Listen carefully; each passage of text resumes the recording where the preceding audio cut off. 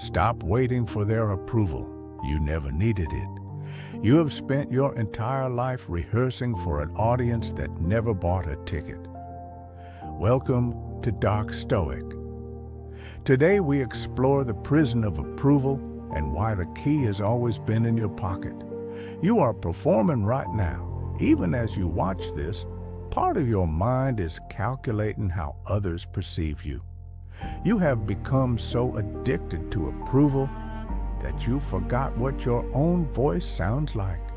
You dress for them. You speak for them. You shrink yourself into whatever shape makes them comfortable. And the tragedy is not that they control you. The tragedy is that you handed them the controls willingly, desperately, hoping they would finally say you were enough. They never will. This is the condition of modern existence. We have built entire lives around the opinions of people who barely think about us. We lose sleep over comments from strangers. We abandon our dreams because someone we respect raised an eyebrow. We twist ourselves into shapes that feel foreign, all for a nod of validation that evaporates the moment it arrives. Marcus Aurelius understood this trap 2,000 years ago. He wrote, "It never ceases to amaze me. We all love ourselves more than other people, but care more about their opinion than our own." The Emperor of Rome, the most powerful man in the known world, recognized this sickness in himself and in humanity. If he struggled with this, what chance do you think you have without conscious awareness? The need for approval is not weakness, it is biology. Your ancestors survived by staying in the good graces of the tribe. Rejection meant exile. Exile meant death. Your nervous system still operates on this ancient software. When someone disapproves of you, your body responds as if a predator has entered the room. Your heart races. Your palms sweat. Your mind scrambles to fix whatever you did wrong. But here is what your ancient brain does not understand. You are no longer on the savannah. Disapproval will not kill you. The tribe cannot exile you into wilderness where you will starve alone. The worst they can do is talk about you, and they will talk about you regardless of what you do. You have been auditioning for people who are not watching. The person whose approval you desperately want right now, they are not thinking about you. They are lying awake, worried about someone else's opinion of them. This is the great comedy of human existence. Everyone is performing for an audience that is too busy performing to notice. You are waiting for permission from people who have no authority to grant it. They are as lost as you are. They are as afraid as you are. Seneca saw through this illusion centuries ago. He wrote, "We suffer more often in imagination than in reality." How much of your suffering comes from actual rejection? And how much comes from the fear of possible rejection? You have declined opportunities not because anyone said no, but because you imagined they might. You have silenced your voice not because anyone told you to be quiet, but because you feared they would think less of you if you spoke. You are not living your life. You are living a defensive strategy. Every choice filtered through the question, what will they think? You have become a politician in your own existence, polling the room before you form an opinion, adjusting your personality based on who is present. And somewhere beneath all that performance, the real you is suffocating. Epictetus, a man who was born a slave and became one of history's greatest philosophers, taught his students this truth: if you want to improve, be content to be thought foolish and stupid. He understood that growth requires the willingness to be misunderstood. Every person who ever changed the world was, at some point, considered ridiculous by the people around them. Think about what you want to do with your life, not what sounds acceptable, not what would make your parents proud, not what would impress the people you went to school with. What do you actually want?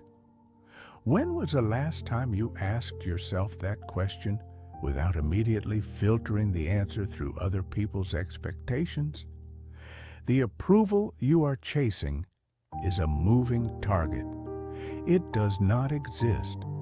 The moment you achieve it, the criteria will change. You will reach the goal they set, and they will simply raise the bar. This is not because people are cruel. It is because their approval was never really about you. It was about them, their comfort, their projections, their need to feel superior or relevant. You have been chasing a ghost that takes a new form every time you get close. Marcus Aurelius wrote, "How much time he gains who does not look to see what his neighbor says or does or thinks, but only at what he himself is doing to make it just and holy." This is not a suggestion. This is a warning. Every moment spent monitoring the opinions of others is a moment stolen from your own development. You are bleeding time, and time is the only resource you cannot replenish. The people whose approval you seek most desperately are often the least qualified to give it. Think about who you are trying to impress. Have they built the life you want? Have they achieved what you hope to achieve? Have they demonstrated the wisdom to guide your path? In most cases, you are seeking validation from people who are no further along than you are. You have given them power they did not earn. Seneca wrote, "It is not that we have a short time to live, but that we waste a lot of it." How much of your life has been wasted in the waiting room of approval? How many years have you spent preparing instead of doing, planning instead of acting, hesitating instead of living? You were not born to wait for permission. No one is coming to tap you on the shoulder and announce that you are ready.